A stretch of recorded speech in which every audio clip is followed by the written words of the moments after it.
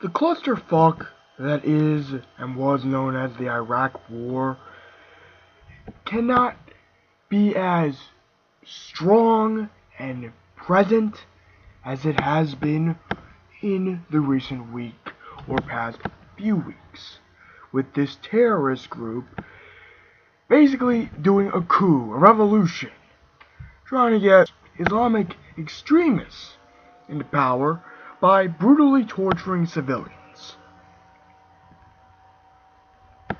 Yeah. Thank you, Bush. Thanks, W. Thank you. Thank you for causing another Vietnam situation. Thank you.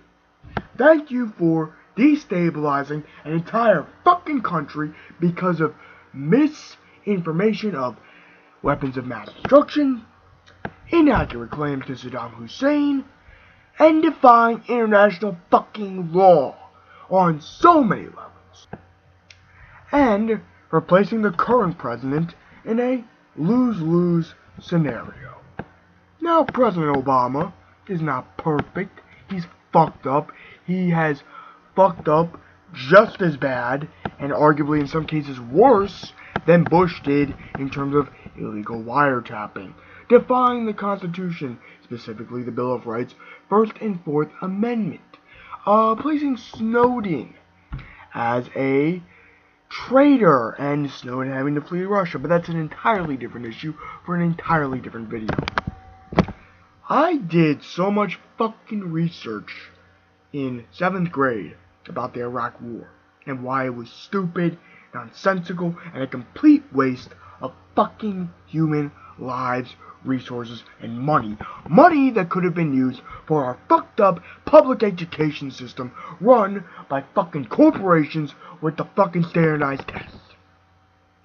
Funding that could have been better used for recreational centers, or making urban areas safer, or having a national gun control legislation, or possibly making abortion a public service division.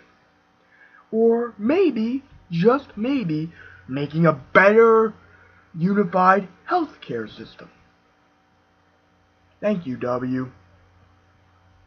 Yeah, it was real. It was such a victory. Mission accomplished.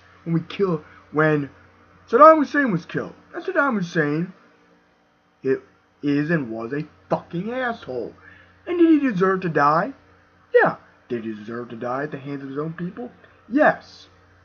But in my opinion, it should have been done from their own people, not done by the United States unjustly and stupidly invading another country based on inaccurate fear-mongering used by an administration's bullshit, and Bush wanting to make Saddam Hussein pay for making his dad look like a pansy in his eyes.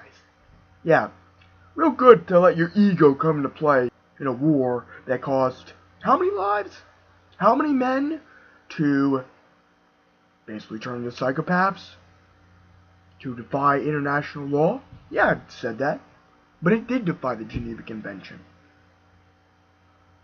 And not only that, using a tragedy like 9/11 to justify a stupid fucking invasion and making people believe that Iraq has caused 9/11, even though there was no proof or there was evidence that Saddam Hussein was a secularist, attacked Muslims on many occasions, and was pretty much bigoted toward a specific sect of Islam. What that is, I forget, unfortunately.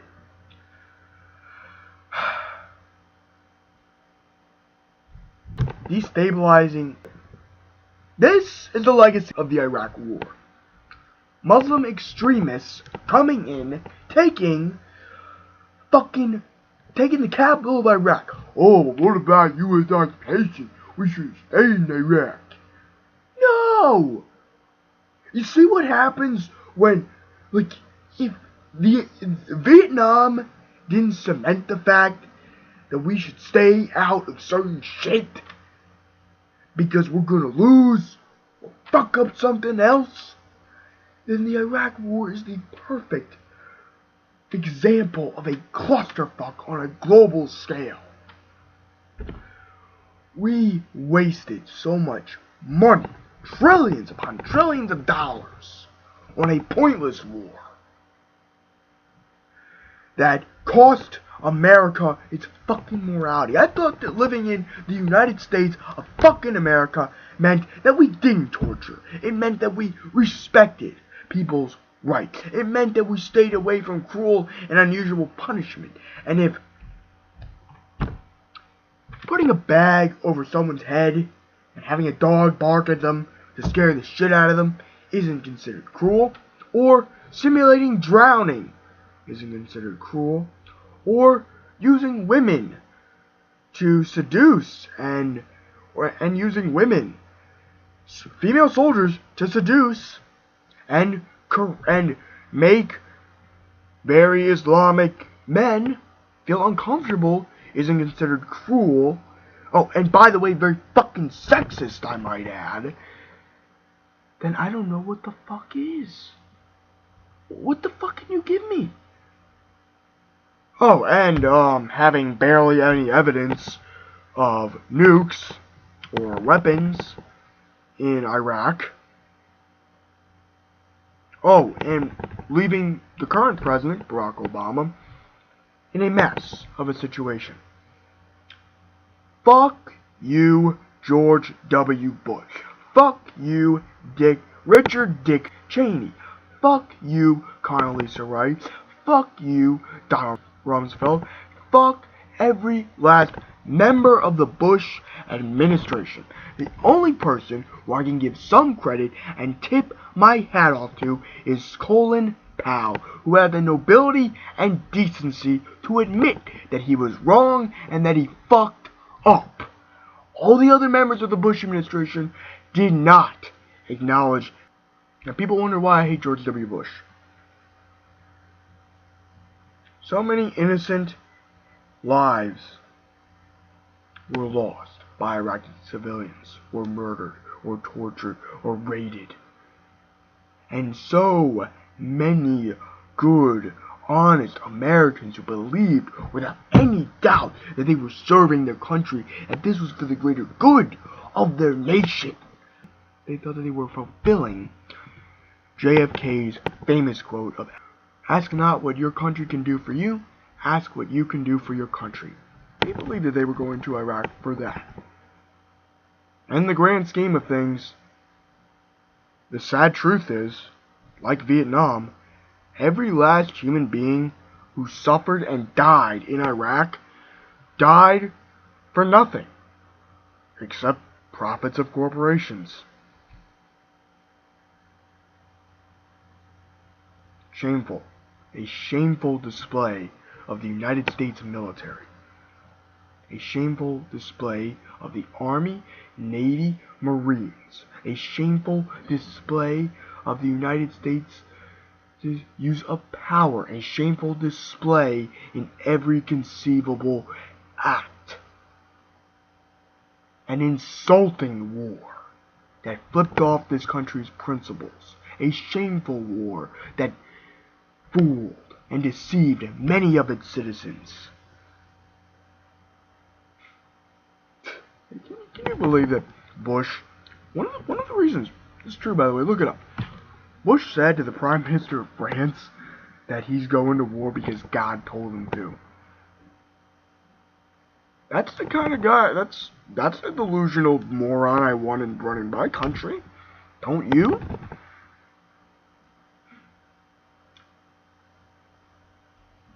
It baffles me. It really baffles me.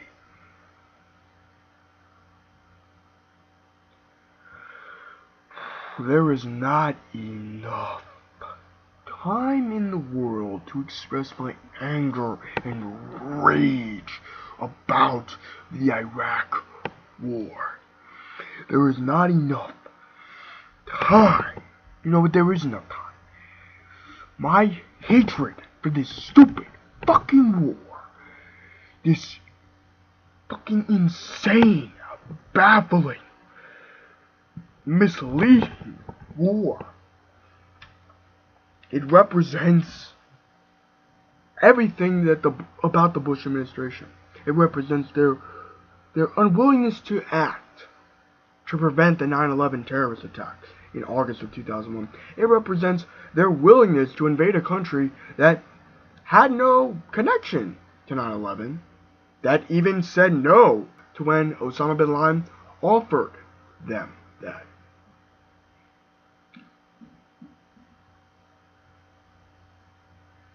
It represents one of the many reasons why I stopped saying the Pledge of Allegiance in my school. Some people look at me and say, "Why don't you say the Pledge of Allegiance? You're being un-American." Because there's nothing to pledge to, in my opinion. The Iraq War is a perfect example of that. What is there to pledge my allegiance to? My constitutional rights are being withered away. Soldiers were fighting and dying for nothing, and still are, in Afghanistan. Islamic extremists are coming in and taking over a once secular government, yes, ruled by a cruel dictator. But you know what?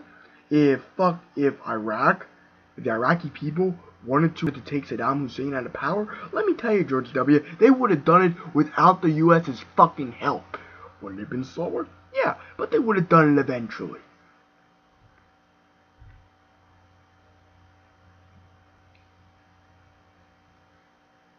I know I'm repeating a lot of things I've said, but they just bear repeating, unfortunately. Everyone who fought and served and died in Iraq, you all died for nothing, unfortunately. You all served your country for nothing. You all did. You served your country for nothing in the grand scheme of things. You lost your limbs for nothing. You watched your friends die in fucking bombs and gunfire for nothing. You killed people for nothing.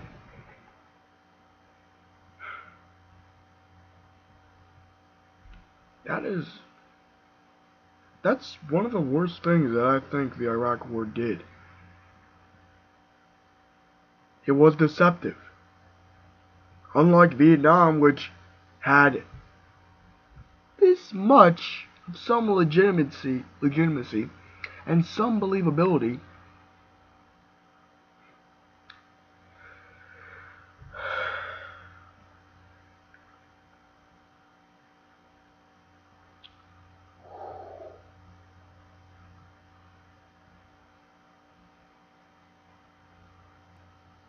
the only thing I can hope that we do, and that I see in my lifetime, is more diplomacy, more diplomatic resolutions, more peaceful bridges between the U.S.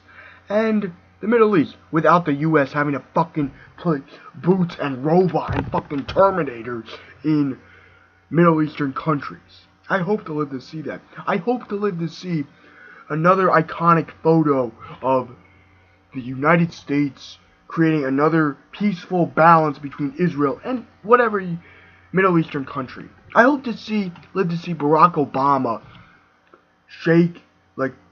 place his hands upon Netanyahu and another Middle Eastern leader to show peace. Something tells me I'm never going to live to see that.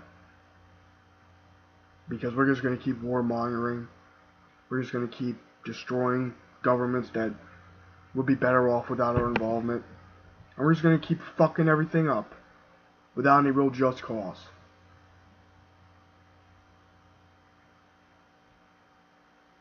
Live long and prosper, and I hope you all have a happy Father's Day and find some enjoyment in your life, and find enjoyment. But let me tell you, unfortunately, being informed about politics and researching politics, being obsessed with politics, can kind of lead to a sad and cynical mindset.